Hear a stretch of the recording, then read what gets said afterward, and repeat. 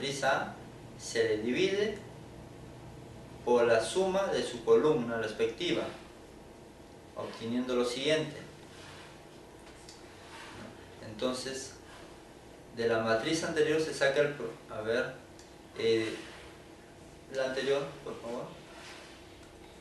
Lo que nos quiere decir es de que a cada una de estos elementos de la matriz A, yo lo tengo que dividir por la suma de su columna. ¿Qué quiere decir? Al 1 lo voy a dividir entre 2, al 1 medio lo debo dividir entre 2, al 1 tercio entre 2, al 1 sexto entre 2. A la siguiente columna, el 2 entre 3.53, 1 entre 3.53 y así sucesivamente, para todas las variables. Luego recién, la siguiente, obtengo esta matriz que estoy presentando, la división, el resultado de esa división que he indicado, me sale 0.5, 0.25, 0.17 y así sucesivamente.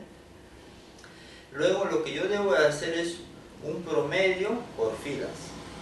Debo calcular cuál es el promedio de 0.5 más 0.56 más 0.4 más 0.42 entre 4, un promedio aritmético, y eso me va a obtener el primer elemento de mi matriz W, el segundo promedio de la segunda fila, el segundo elemento y así sucesivamente. Entonces, en el lado derecho estoy mostrando los resultados de mi matriz W, que finalmente es el que contiene a los pesos inferidos mediante esta metodología de cada variable. El primero nos estaría mostrando el peso de influencia de la litología, el segundo la influencia de la pendiente, el tercero la influencia de la geomorfología y el cuarto la influencia de la cobertura vegetal. Siguiente.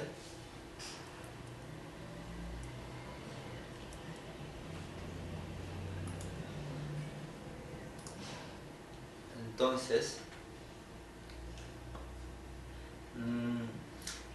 la matriz W, como ya lo habíamos mencionado, es el vector propio de la matriz A, mediante esta metodología de cálculo que he descrito. Entonces, estos resultados que me van a dar son los pesos de influencia de cada variable para que ocurra un movimiento en masa. Esto quiere decir que la litología influye en un 47% a que ocurra un movimiento en masa, la pendiente un 32%, la geomorfología un 14% y la cobertura vegetal un 7%.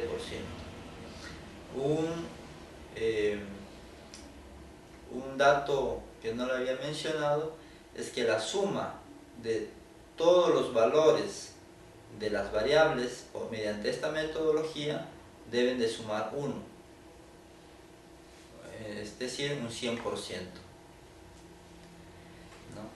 Entonces, siguiendo esta misma secuencia de cálculo, siguiendo esta misma secuencia de comparaciones, se debe de realizar para cada variable dentro de litología, dentro de pendiente, dentro de geomorfología y dentro de cobertura vegetal. Siguiente. Entonces, como un resumen, mostramos que dentro de litología nosotros tenemos 5 tipos de materiales. Tenemos los materiales cuaternarios, los materiales lutitas, los materiales areniscas, los metamórficos y las calizas. Y en nuestro análisis hemos concluido que el cuaternario influye un 45% a que ocurra un deslizamiento, las lutitas un 30%, las areniscas un 13%, las metamórficas un 7% y las calizas un 5%. Esto mediante la metodología que ya hemos descrito, realizando una matriz de comparaciones, en este caso de tamaño 5, ¿no? luego de hacer las comparaciones una a una entre cuaternario lutita, entre cuaternario lesniska, entre cuaternario metamórfico y cuaternario caliza, hago mi procedimiento para calcular el vector propio, y este vector propio me va a dar mis pesos de influencia de cada variable. También, como ya había mencionado, esta suma de los pesos debe de dar la unidad. Las pendientes, de igual forma, tenemos pendiente de alta muy alta con una influencia del 57% para la ocurrencia de movimientos en masa. Teníamos las pendientes moderadas con un 24% de influencia, la pendiente baja con un 12% y la muy baja con 7%. Dentro de las geoformas consideramos a la cordillera con un peso de 0,53, quiere decir 53% de influencia que ocurre a un deslizamiento, una vertiente empinada con un 30%, una superficie puna con un 11% y una zona de llanura aluvial con un 6%. La vegetación, áreas de suelo desnudo, influye un 65% que ocurre el deslizamiento, un área de mezclas con 25% y áreas cubiertas de vegetación con un 10%. Siguiente. En base a los valores obtenidos mediante una combinación lineal, se calcula la susceptibilidad de cada píxel. El píxel, para mi área de estudio, yo lo he considerado de un tamaño de 10 por 10 metros. Esto puede ser variable según la escala en que se trabaja y según la disponibilidad de información. El píxel viene a ser una información, ¿no? Escalar, ¿no? Una información escalar que resulta de transformar mi mapa vectorial. En este caso puede ser mi mapa de curvas de nivel, puede ser mi mapa de geomorfología, puede ser mi mapa de litología, de transformar este mapa a un raster. Una vez que yo lo transformo mi mapa a un raster, voy a obtener mis píxeles según el tamaño que yo lo predefino.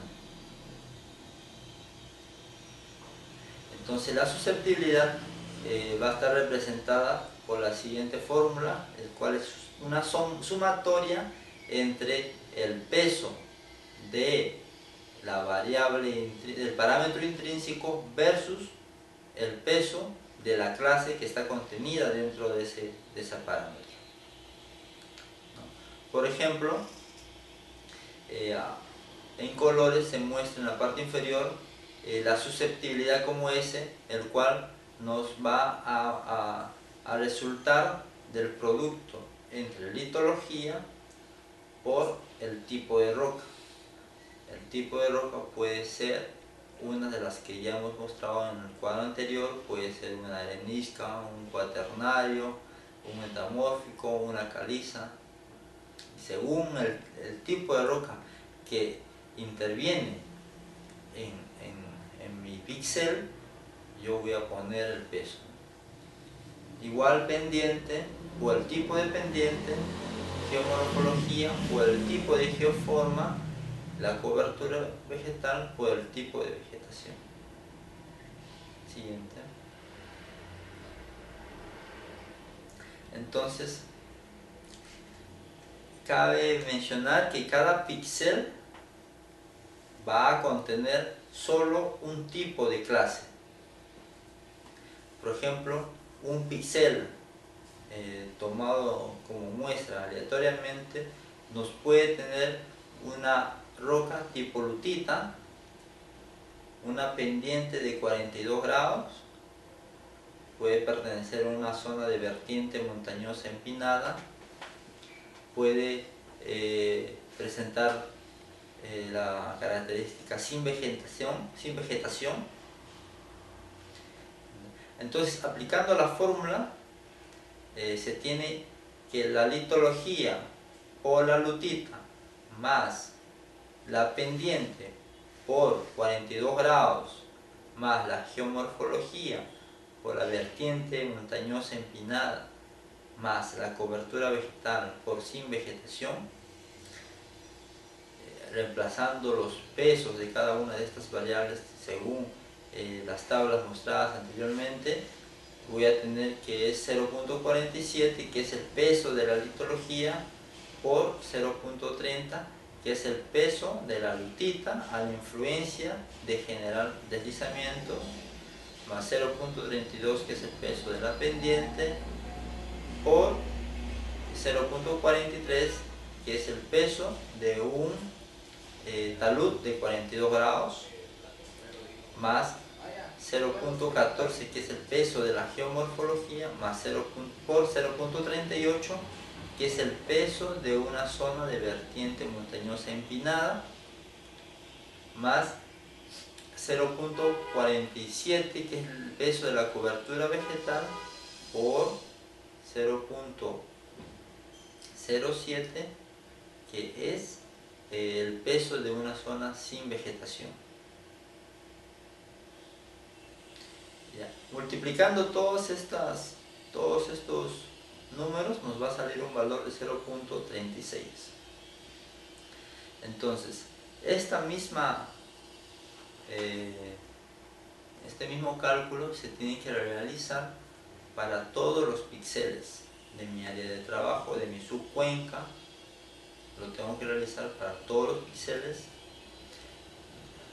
Luego de que yo calculo la susceptibilidad para todos los píxeles, esto mediante la herramienta de la ARGIS, yo voy a tener un conjunto de valores de todos mis píxeles. Mis valores pueden estar en un rango, ¿no? Entonces yo tengo que clasificarlos a todos mis resultados. Yo he venido conveniente clasificarlos en 5 grupos. Entonces,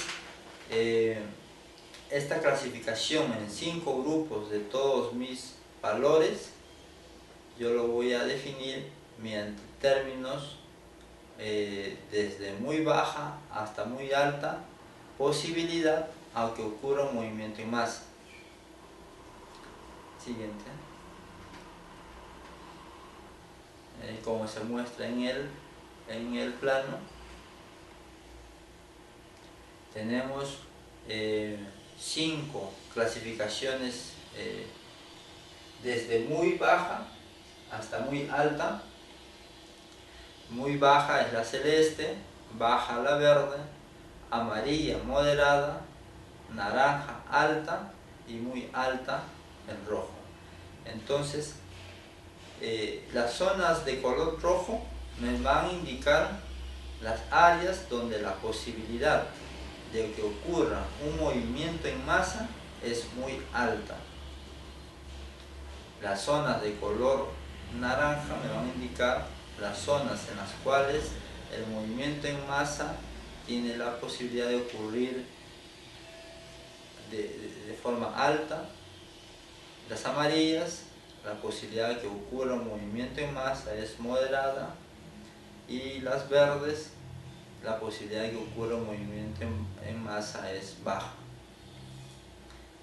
Yo a mis resultados numéricos los he convertido en resultados cualitativos.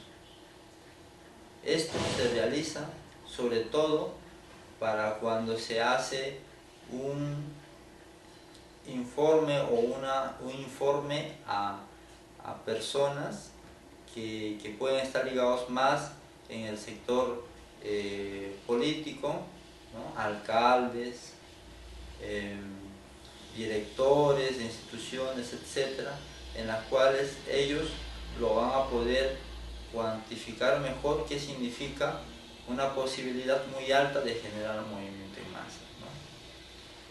Entonces, este tipo de clasificación cualitativa va a servir para presentaciones, pero sabemos que dentro de una clasificación, como en este caso de muy alta, existe todavía un rango de valores, ¿no? Un rango de valores en los cuales nosotros lo hemos obtenido mediante todo un cálculo. Estos límites de los rangos puede variar porque otra institución u otro investigador puede asumir una metodología distinta. Siguiente.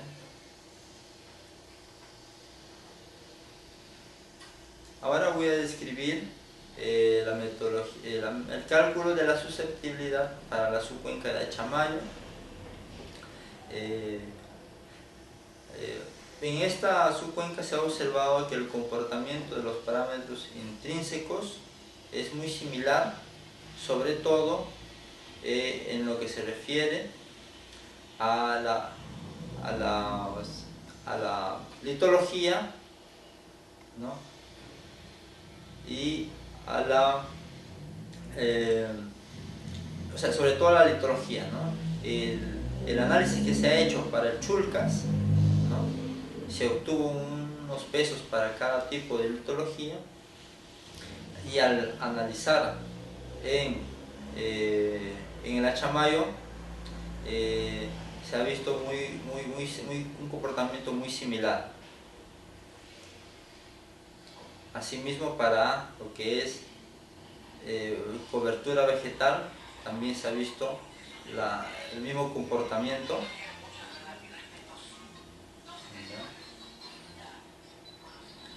Del análisis de entre estos parámetros de litología, pendiente, geomorfología y cobertura vegetal, se muestra los pesos de litología 0.49, de pendiente 0.31, de geomorfología 0.12 y de cobertura vegetal 0.08. En pendiente, ¿no? 0.57, 0.24, 0.12 y 0.07. En vegetación 0.65, 0.25 y 0.10. Siguiente. Entonces, realizando el mismo análisis comparativo, ¿no? para lo que es litología y geoformas, aplicando la metodología que ya se describió anteriormente, ¿no? Mediante la cual yo tengo que comparar la influencia del cuaternario respecto a la lutita, luego comparar el cuaternario versus la arenisca, luego comparar el cuaternario versus la caliza, cuaternario versus intrusivo, asumir un valor entero para esta comparación según la tabla del AHP, calcular mi vector propio de esta tabla de comparaciones, y este vector propio va a contener los pesos de cada variable. En este caso, para el cuaternario me ha salido 0.43, lutita 0.31, arenisca 0.14, caliza 0.07 y intrusivo 0.05.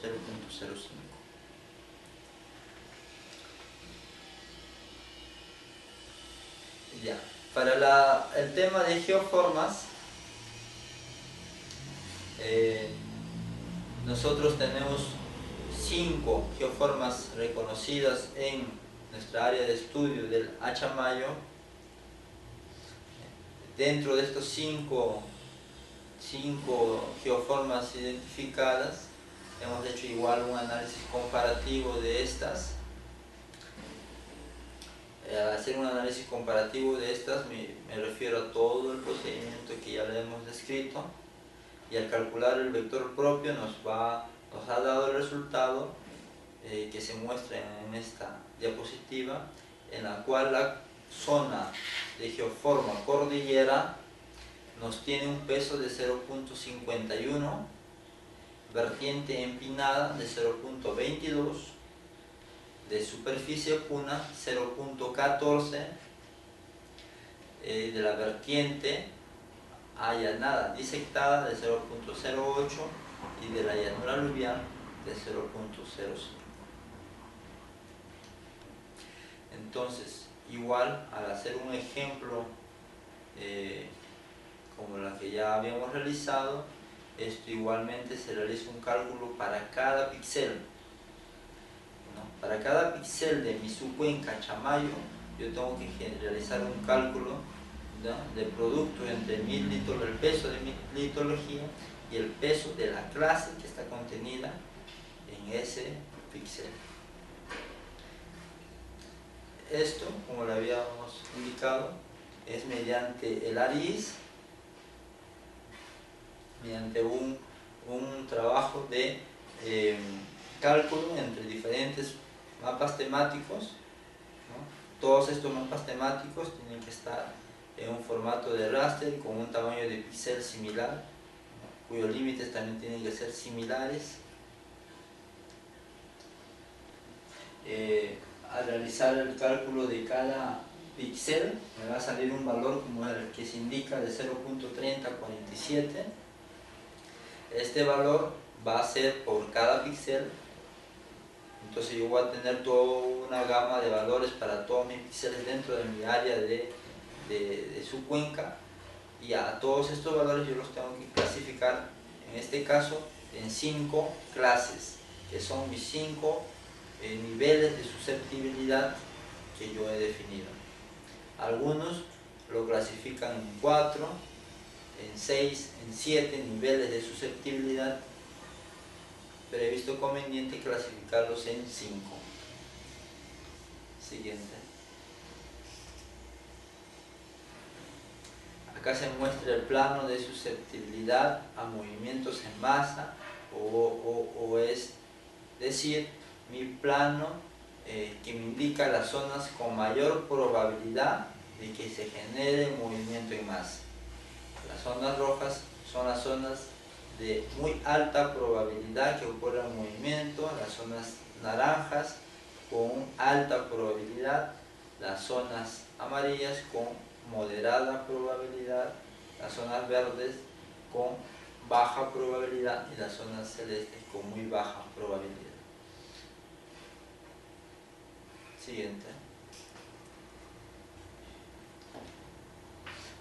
Hasta acá hemos descrito todo el cálculo realizado mediante el método AHP, ¿no?, para el conocer la susceptibilidad a que ocurra o no ocurra un movimiento en masa. Entonces, como se habrá podido observar, el objetivo es cuantificar un parámetro que en muchos de los casos lo conocemos de forma cualitativa, porque no existen herramientas factibles tanto por la escala de trabajo en que se trabaja como por las condiciones económicas de inversión. No es factible poder aplicar una medición de todas estas características, y entonces se tiene que utilizar herramientas indirectas para cuantificar estas influencias, ¿no? Entonces, mediante esta metodología de la HP que se ha descrito, se busca conocer, cuantificar la influencia de una variable.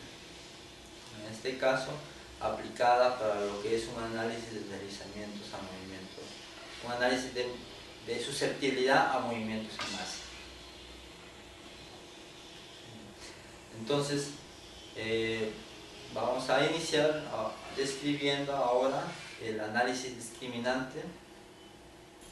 Este es un método probabilístico desarrollado por Fischer y también ha sido aplicado para el análisis de susceptibilidad por Santa Cana en el 2001, Baeza en el 2003 y Amorín en el 2009. Este método ha sido aplicado también a diversas áreas, ¿no?, de la ingeniería y de las ciencias, para poder predecir el comportamiento en zonas en las cuales no conocemos o no se tiene medidas. El análisis discriminante se define como una técnica que busca, a partir de una serie de observaciones de áreas con deslizamientos, calcular el peso de cada variable.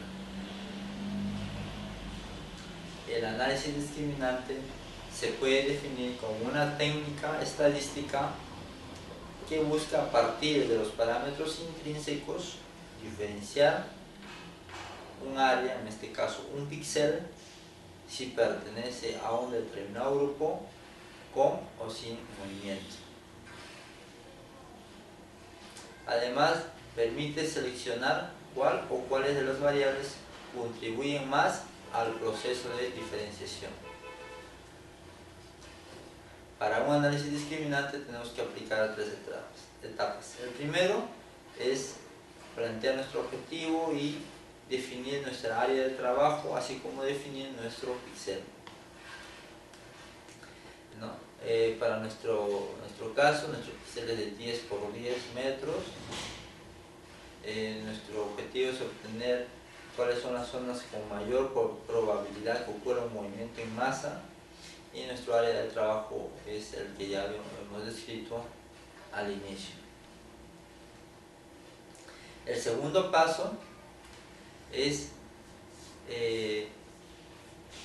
diseñar un método de evaluación en la cual nosotros indicamos que se ha observado ciertas áreas con presencia de movimientos, ¿no? CM, lo denominamos CM, y estas y otras sin movimientos, denominado SM. Además, se observa que cada área posee características particulares. ¿Qué quiere decir? Que va a tener clases contenidas dentro de cada parámetro, ¿no? Cada uno con cierta influencia hacia el potencial de generación de movimientos de masa. Siguiente. Y tercero es generar un modelo matemático mediante un análisis estadístico, determinando en qué clases existen mayores áreas con movimiento de masa y en qué clases mayor cantidad de áreas sin movimiento. Y luego este método nos va a dar a conocer el rango de potencialidad y generar movimiento en masa de cada píxel. Para la segunda etapa se debe contar con una muestra de píxeles, una muestra de toda mi área de trabajo. Se recomienda mayor a 30, mi muestra mayor a 30 píxeles. Para el estudio se utiliza 50 de la zona con movimiento, que es el grupo 1 de color rojo, y 50 de la zona sin movimiento, que es del color verde. Estas áreas de color rojo y de color verde son mis áreas de muestreo, son las áreas que yo he utilizado para hacer mi análisis discriminante. Esto definitivamente después de realizar mi mapa de inventario de movimientos en masa. Siguiente. Para poder resolver la tercera etapa o tercera pregunta que debo de ejecutar, vamos a explicarlo a partir de esta figura. Y si esta figura muestra dos variables, para poder hacerlo más entendible, pero en la realidad esto va a tener 3, 4, 5 ejes, ¿no? En este caso tenemos un ejemplo entre la litología y la pendiente, ¿no? Tenemos pendientes que van del 1 al 4 y litologías que van del 1 al 5. Y lo que se observa es lo que se ha escrito también, por ejemplo, entre las pendientes del 1 al 2 y litologías del 1 al 4 son zonas sin deslizamientos. Entre las pendientes del 3 al 4 y litologías del 2 al 5 se presentan zonas con deslizamientos. Entonces, yo tengo dos grupos graficadas en un sistema. Tengo al grupo sin deslizamientos y al grupo con deslizamientos.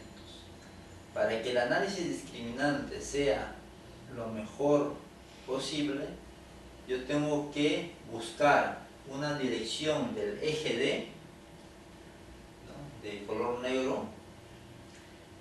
Tengo que buscar cuál es la dirección en la cual me genere un H mayor. Si yo ubico el eje D en cualquier otra dirección, mi H va a ser mayor. H es la intersección entre ambos grupos. Pero hay una única dirección en la cual este H va a ser menor. Y es lo que busca, en primer lugar, esta metodología. Luego de que yo reconozco cuál es el eje en el cual mi H es menor, el método va a calcular una función matemática en la cual van a intervenir los pesos de cada variable, ¿no?, con unos coeficientes. Por ejemplo, mi función discriminante va a tener de la siguiente forma. Va a ser un I, que es igual al fd, o la función discriminante, que va a ser igual a un A sub 0, que es una constante, más un A sub 1 por un X1, más un A sub 2 por un X2. X1 y X2 van a ser los pesos de las variables pendiente y litología. Y A sub 1 y A sub 2 va a ser los coeficientes de dichas variables. Entonces, mediante este análisis discriminante, toda función discriminante va a tener esta forma de función, una función lineal, ¿no?, donde existe una constante y existen coeficientes para cada variable. Siguiente.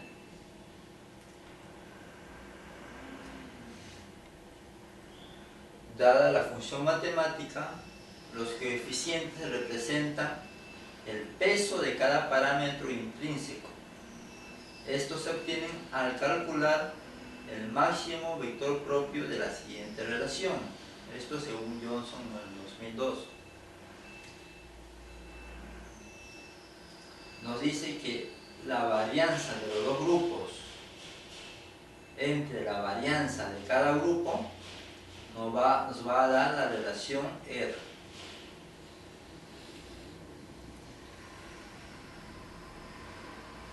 Entonces, si yo calculo el vector propio de esta relación, si yo calculo el vector propio entre la varianza de los dos grupos y la varianza de cada grupo, me va a obtener una matriz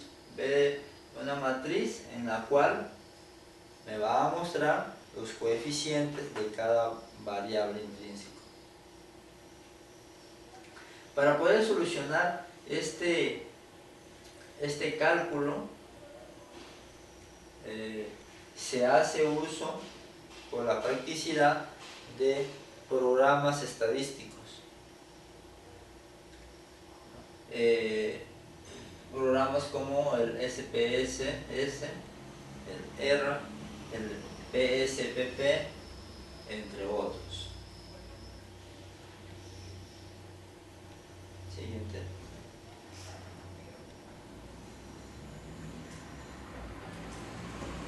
Entonces, aplicando un software, ¿no? Y introduciendo todos los datos de mi muestreo, me va a generar una función discriminante utilizando mi vector propio, los coeficientes de mi vector propio. Entonces, yo en este resultado me va a salir que la litología tiene un coeficiente de 2.26, mi pendiente tiene un coeficiente de 4.9, mi geomorfología de 1.9, mi cobertura vegetal de 2 y una constante de menos 5.3. Mi función discriminante va a ser de la forma litología por 2.6 más pendiente por 4.9 más cobertura vegetal por 2 más geomorfología por 1.9 menos la constante que es 5.3. Siguiente.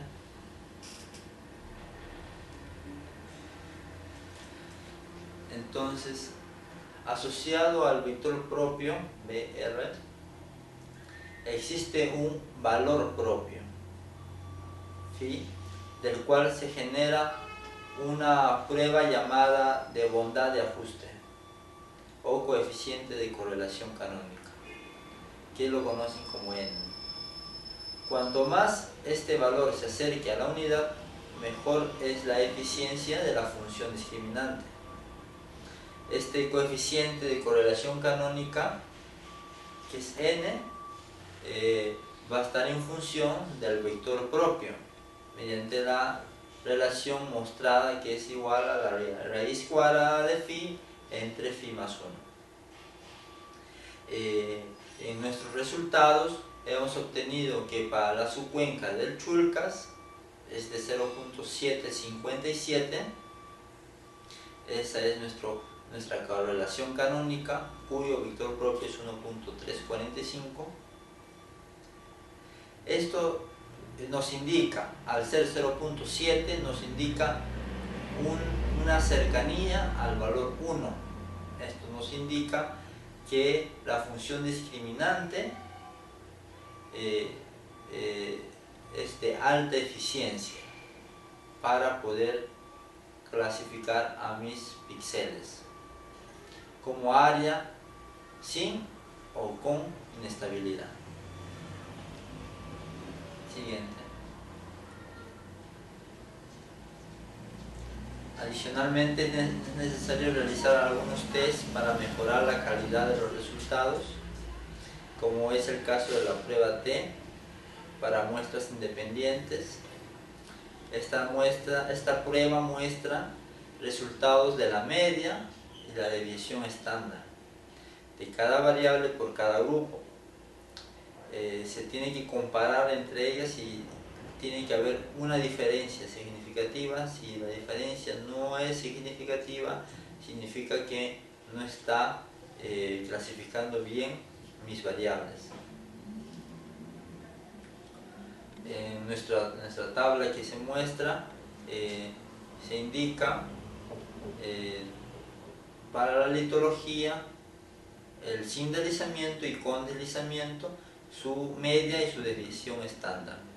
Entonces se observa que en su mayoría presentan diferencias significativas y por lo tanto van a poder clasificar mis píxeles de forma efectiva. Siguiente. Otra prueba es el test on-Y, mediante el cual se logra conocer el grado de importancia de cada parámetro intrínseco. Esta prueba lo que nos da a conocer es un rango de cuál parámetro es más importante y cuál es el menos importante en mi análisis. se ha obtenido que la pendiente para este análisis tiene una importancia mayor que el de la litología, y esta mayor que la cobertura vegetal, y esta mayor que la geomorfología. Siguiente.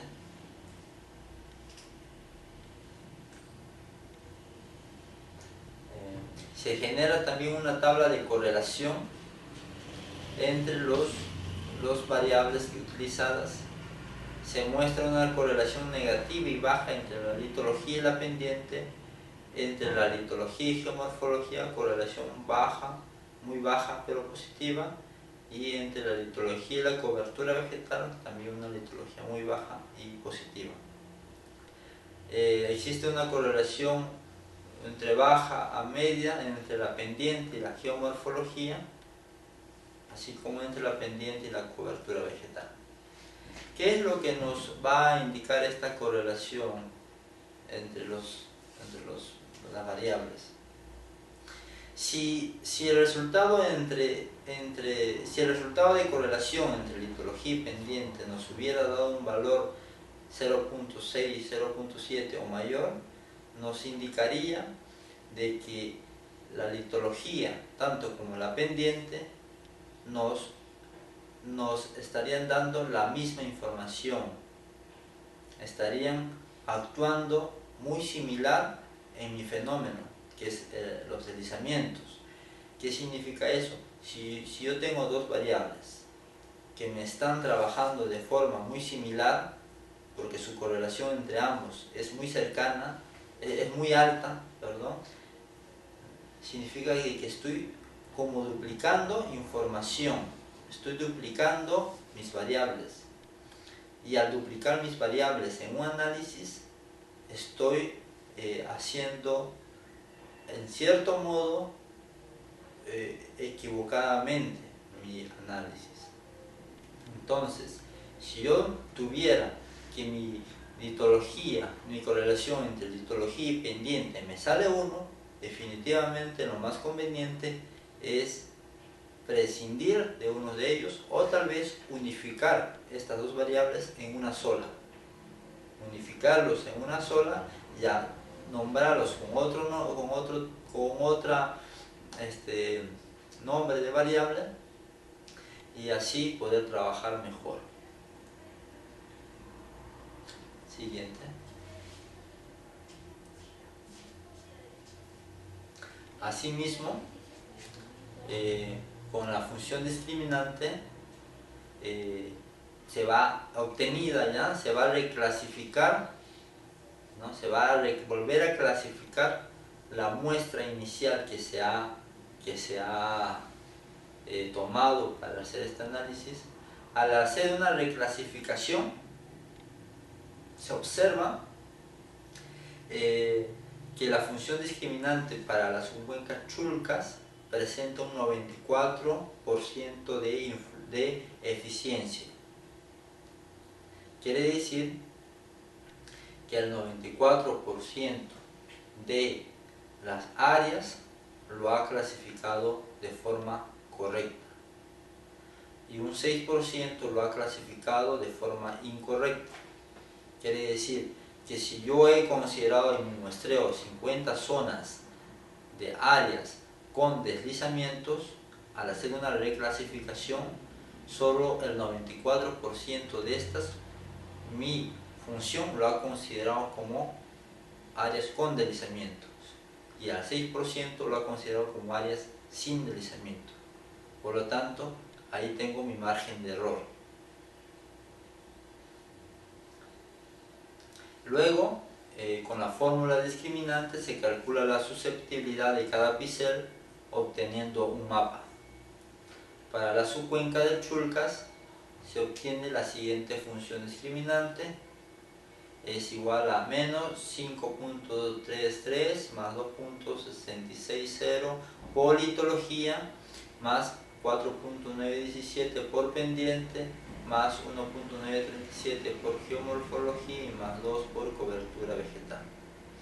Esta fórmula me va a servir para calcular el valor de susceptibilidad por cada píxel, y de igual forma, una vez que yo obtengo el valor de todos los píxeles de mi área de trabajo, yo los reclasifico, todos esos valores, todos esos rangos que me obtengo los reclasifico. En mi caso lo he decidido hacer en 5 rangos, desde muy baja, baja, moderada, alta y muy alta, según mi nivel de susceptibilidad. Siguiente.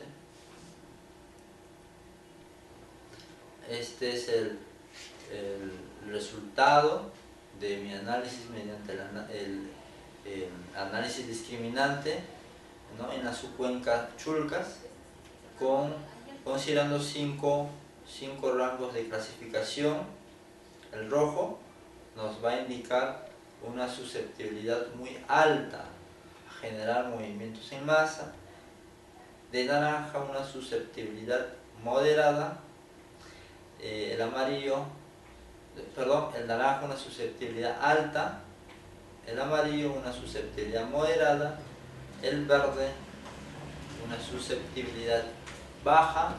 Y el celeste, una susceptibilidad muy baja. Siguiente. Del mismo modo, se ha calculado la susceptibilidad mediante el análisis discriminante para la subcuenca de Achamayo.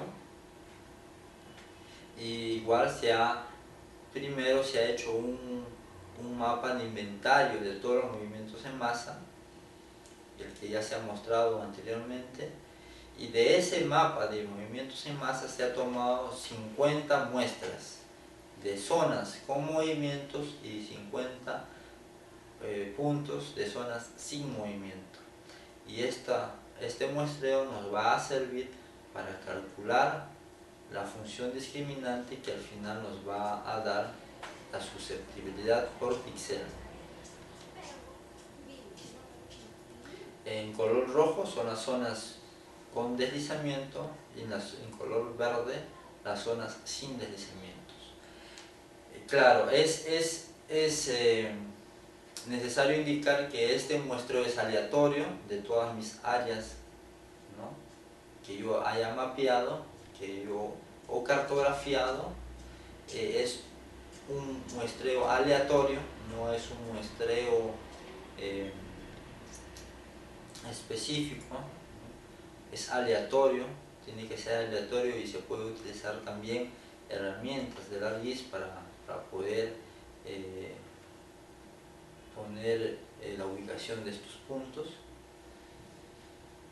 Y cada uno de estos puntos, como también se había indicado, es un píxel, o sea, es un área de 10 por 10. ¿Por qué? Porque todos los mapas, como ya habíamos indicado, todos los mapas de pendientes, de litología, cobertura vegetal, geomorfología, nuestro mismo mapa de inventario, movimiento en masa, todos ellos, para poder trabajarlos y poder hacer todo este estudio, se tiene que convertir a un raster o un píxel de 10 por 10, y ahí se hace todo este análisis. Cuando son raster con un píxel similar, ahí donde se saca un muestreo de cada uno de estos puntos.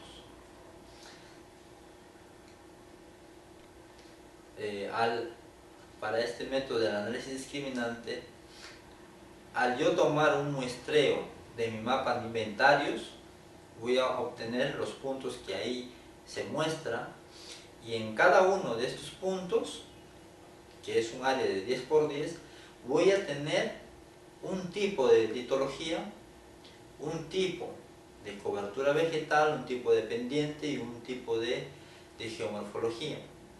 Esto, como se extrae también con herramientas de ArcGIS, lo que hacemos es colocar las 4 capas de mis parámetros intrínsecos, y mediante la ubicación que ya se había obtenido aleatoriamente de mi punto de muestreo, le hacemos una extracción de información, y nos va a salir en cada píxel de esta muestra qué tipo de características en litología, en pendiente, en geomorfología, en cobertura vegetal está. ¿Qué tipo de información de los parámetros intrínsecos corresponde cada una de estos píxeles de mi muestreo? Entonces, esta tabla extraída es la que se va a introducir a un software tipo SPSS para poder hacer mi análisis discriminante. Gran parte de este análisis discriminante, así como el HP, se tiene que hacer con ayuda del ArcGIS y con herramientas del ArcGIS, tanto para el muestreo como para el cálculo, y sabiendo o profundizando en la utilización de todas estas herramientas. Siguiente.